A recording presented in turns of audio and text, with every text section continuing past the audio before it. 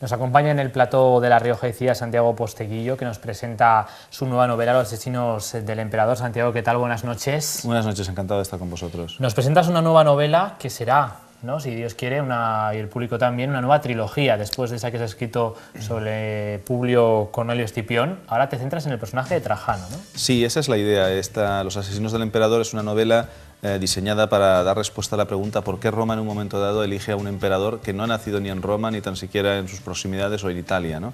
Eso siempre me pareció muy sorprendente, ¿no?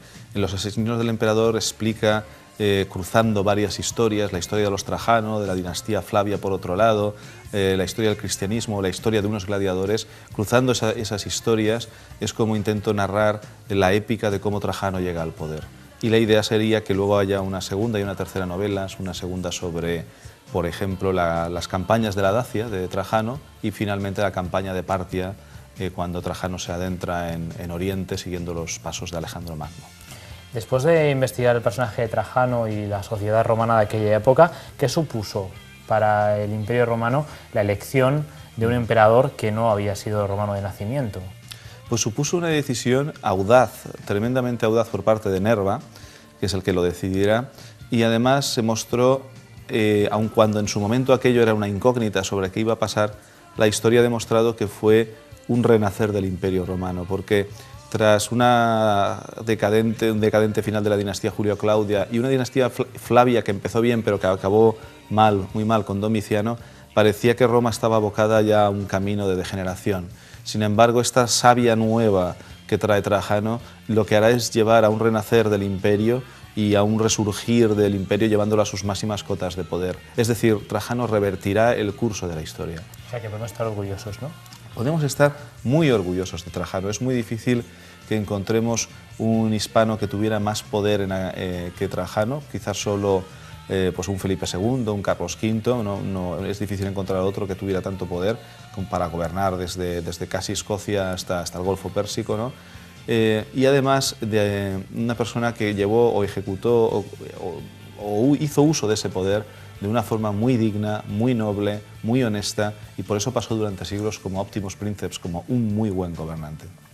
¿Qué tiene el Imperio Romano que te fascina tanto, Santiago? Porque tu anterior trilogía también estaba ambientada en esa época, ahora repites.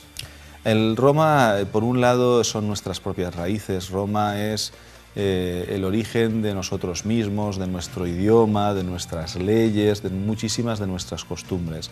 Pero además, si le sumas a eso que Roma es un escenario muy espectacular para mostrar la naturaleza humana completamente desnuda y desatada, ¿no? Amores, desamores, odios, lealtades, traiciones y sobre todo, fíjate que Borges decía que una novela puede ir sobre 4 temas, ¿no? Borges decía sobre una historia de amor entre 2 personas, una historia de amor entre 3 personas, que él aclaraba que no era lo mismo, sobre un viaje o sobre la lucha por el poder.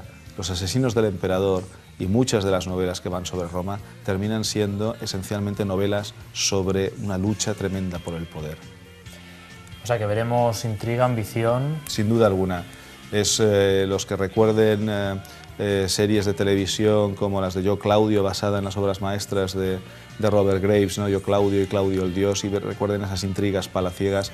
En ese sentido, Los asesinos del emperador es muy similar a eso, junto con historia de gladiadores, historia hasta de gladiadoras, que las había, y batallas, asedios, todo un torbellino de acontecimientos de 35 años de la historia de Roma, de la sucesión de 9 emperadores hasta llegar a Trajano.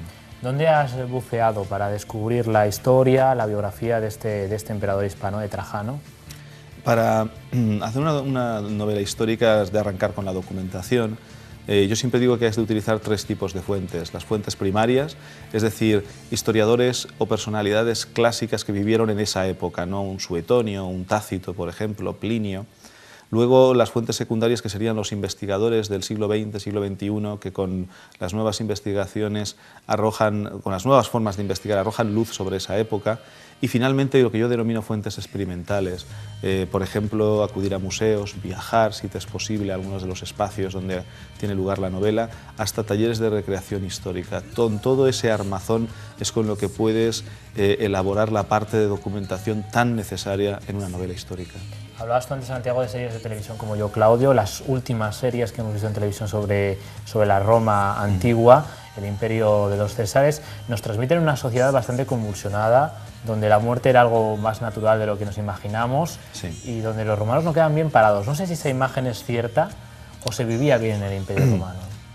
Hombre, depende. Podías vivir bien, desde luego, si eras una familia acomodada o si eras el esclavo en una ciudad de una familia acomodada. Obsérvate que te digo una ciudad, porque los esclavos en el campo tenían una vida muy dura, ¿no? Roma era un compendio de lo mejor y de lo peor del ser humano. Roma era capaz de hacer unos acueductos, unos puentes, o de llevar una administración y una forma de gobierno muy similar desde Escocia hasta Siria, ¿no? Eso es muy admirable, ¿no? Sin embargo, también Roma era capaz de una crueldad extrema en espacios como el anfiteatro Flavio, el hoy día conocido Coliseo, o también en sus propias luchas intestinas por el poder. Lo mejor y lo peor estaba en Roma. Por eso también es tan interesante.